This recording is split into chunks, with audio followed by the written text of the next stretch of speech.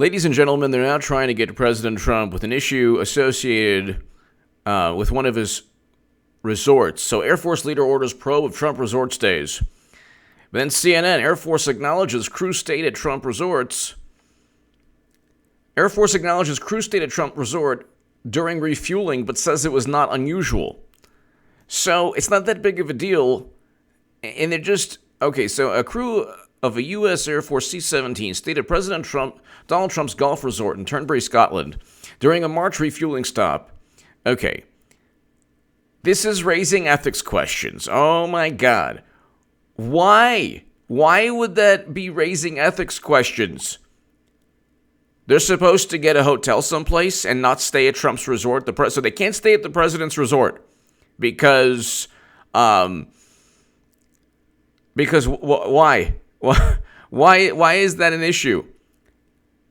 The Air Force, which said in a statement it was reviewing the trip records, said the stop was, quote, not unusual. But it's another example of Trump's company earning money from taxpayer dollars.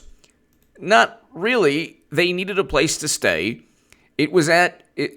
Trump doesn't need to get rich from this. This is not like he didn't become president because, oh my God, I'm going to have the Air Force stay at my hotel and I'll rake in the money. He's actually losing money. He's losing a lot of money. But the issue here is that let's take a step back and look. Aides knew of possible White House link to Cartagena, Colombia. This is an issue regarding, I'm not going to use the word, but women who engage in certain services, and they did so with President Obama's Secret Service. And guess what? President Obama's Secret Service was so ethical and moral that I'm not talking about the act of doing business with these ladies. I'm talking about they didn't even pay them. Okay? You're talking about President Obama's administration that funneled money to big banks, but then wouldn't pay certain women that engage in an employment activity that is the oldest profession ever. Just trying not to get the algorithm into things, but this is October 8th, 2014, as nearly 24 Secret Service agents and members of the military were punished or fired for following a 2012 there you go. Issue in Colombia. Obama administration officials repeatedly denied that anyone from the White House was involved, but new details drawn from government documents and interviews show that senior White House aides were given information at the time suggesting that a lady of the night was an overnight guest in the hotel room of the president's advanced team member, yet that information was never thoroughly investigated or publicly acknowledged. Really? The information the Secret Service shared with the White House included hotel records and first-hand accounts, the same type of evidence the agency and military relied on to determine who in their ranks was involved. Then you get the issue of them not paying these women, and they should have simply paid the women. That's horrendous. Then you get the issue of a cover-up and an investigation in name only. Yet another investigation during President Obama's administration that was an investigation simply in name only. So you, ladies and gentlemen, you have an issue here where it's like, you have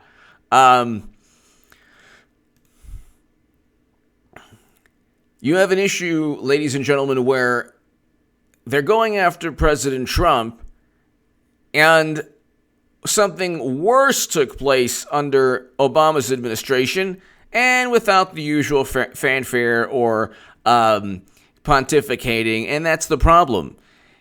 You should always, always, always engage in a form of whataboutism. I don't know if the left made that up or it's some idiotic pundits made that up, but always, it's usually called hypocrisy. It's usually called, this is the thing with the left, when they get caught with their pants down, literally, and they're always getting caught with their pants down, literally. You can ask President Obama's Secret Service, or you can ask Bill Clinton, or you can ask Abedin's husband, or you can ask all of them. Eric Schneiderman, you can ask all of them. Okay? when they get caught with their pants down, it's, oh my God, we're investigating and we didn't find anything. Yet when it's President Trump, it's a scandal, it's a big issue. The House has to investigate whether the Air Force stayed at one of his hotels. How does that even work? How is that damaging to national security? Then they're like, oh, well, this issue of nepotism. It's like, do you not know a certain first lady who's going to run for the presidency a third time this year?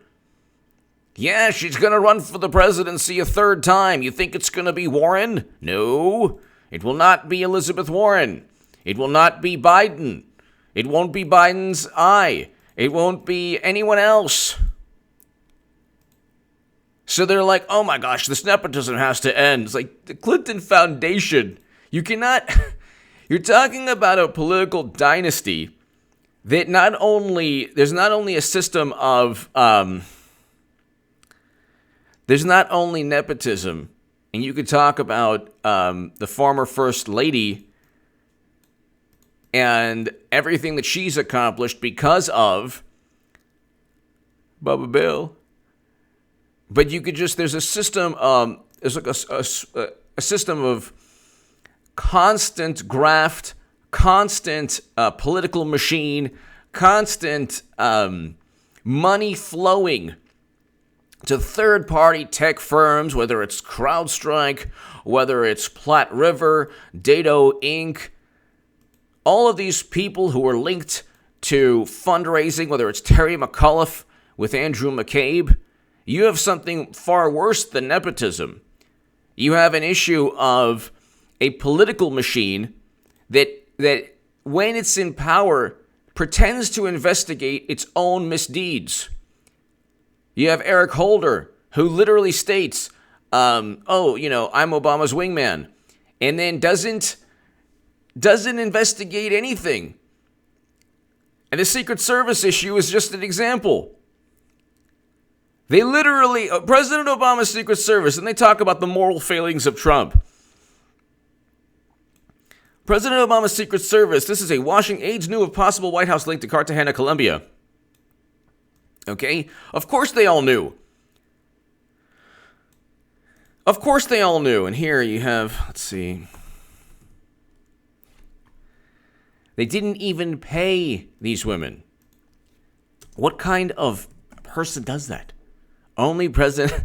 They have no problem funneling money to too big to fail banks, but you can't even pay for Secret Service. Okay, Colombian women describe Washington Post. Where's the, Colombian women describe night of carousing with agents. Carol D. Okay, so this is Washington Post, May 4, 2012. A 24-year-old woman who says she is the person who is employed in a certain profession that's the oldest profession at the center of the Secret Service scandal gave the most complete account yet of her alleged dispute over payment with an agent that led to revelations about 9 Secret Service members bringing other people engaged in the oldest profession to their rooms on a presidential business trip to Colombia. But we should investigate Trump because the Air Force plane stayed at his hotel, one of his resorts. Do you see the difference? The left likes to say, well, if Obama did this, he would never. No.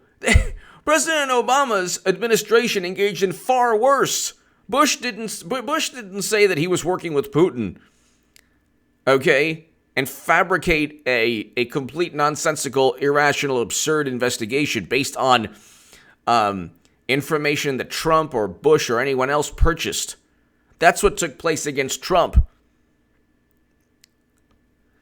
In an interview today in Cartagena, this person said she and some girlfriends had met for a drink on April 11th, and they encountered an American man out carousing and drinking vodka in a Cartagena bar with other Americans, appearing composed as she spoke.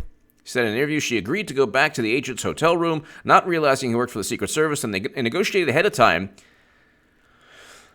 a little gift of $800. When she asked for the money the next morning, the agent's pleasant personality from the night before had disappeared. He told her, let's go. Oh my God, I'm not going to pay you.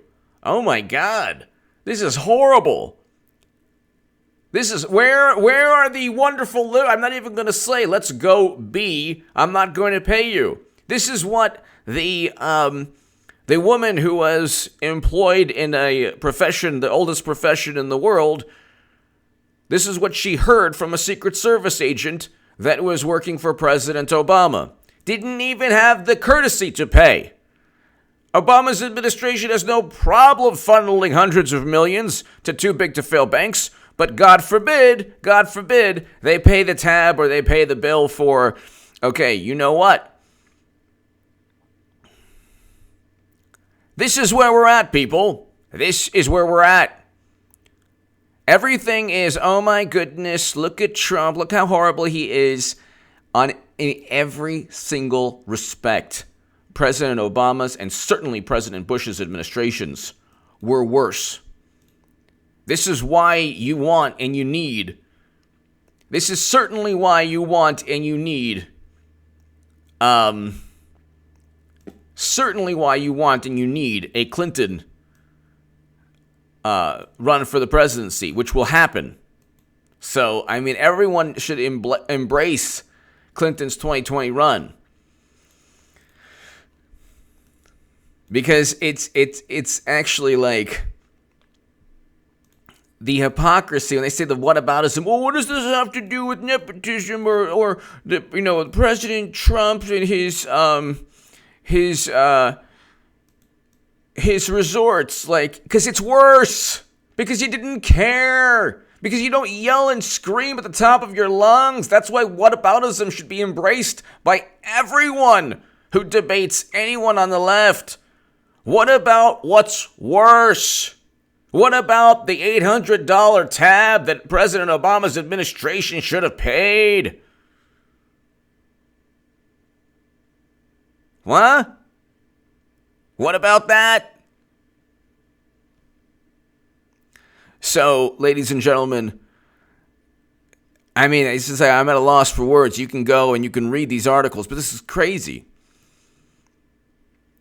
Let's go B, I'm not going to pay you. Could you imagine? Could you imagine the different theories, the different social issues that would have been connected to this? Could you imagine the condemnation in 2019 if this happened under President Trump's administration? Secret Service scandal, Colombian women describe night of carousing with agents. And now we have to deal with Trump's moral failings. But President Obama didn't know. Did he know anything that was going on? He also didn't know that his about the IRS. He also didn't know about Fast and Furious. He also didn't know about Clinton using private servers. What did he know in his administration? He didn't know that money flowed to the Clinton Foundation. What did he know that was going on in his administration? He didn't know yellow cake uranium was shipped out of the country. What did he know? Of course he knew everything. He knew everything, every single thing he knew.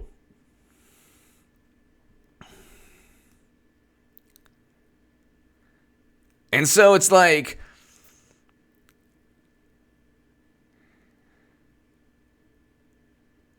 so here you have, when he then ejected her from the room, she said she knocked on the door of another agent with whom her girlfriend spent the night. Stress her friend, like the other agents. Oh, okay. Wow, look at that. But in the hallway, the other agents did not seem to care that this person was not paid. She said she sought help from a local police officer who was supported, and then said she was going to look for an English-speaking police officer to get the agent to answer the door. She said the agent's fellow male friends who were in the hallway then begged her not to. Please, please, no police. She said they begged. Wow, what wonderful moral people in President Obama's administration. This is a Washington Post article, May 4th, 2012. They don't even have the common decency and courtesy to just pay, okay? Okay? No problem with too big to fail banks, but oh my God. Secret Service scandal. Colombian woman describes night of carousing with agents. Oh, but, it's all about Trump's moral failings. That's why on almost every single issue, almost every single issue, people, almost every single issue, you have a situation where President Obama's administration is worse, far worse in every way. This is why when Clinton runs in 2020, you can take whataboutism to a new level. Because that's Clinton in her past, in her political history, is far worse in both rhetoric and deed than Obama's administration, and on par with Bush, worse than Bush. Because everything you could say Bush, how horrible Bush was, she was a part of it. She was a part of it. So, I mean, it's interesting. The left and the media today have made a living off of condemnation, judgment. They're the new televangelists. We don't have televangelists really anymore, I don't think. Maybe we do. But not the ones that are like, raking in money. Maybe we do, I don't know. But the new televangelists of today, the people like, I have sinned. Those people are the MSNBC, CNN, they're the ones who are like, you will get condemnation from the Twitter deities. And then they're the ones who say, please forgive me for my racist and sexist blog posts. Joy Reid and others, and homophobic for Joy Reid and others. Give me your thoughts below. Check out H.A. Goodman's other channel right this second. Thank you.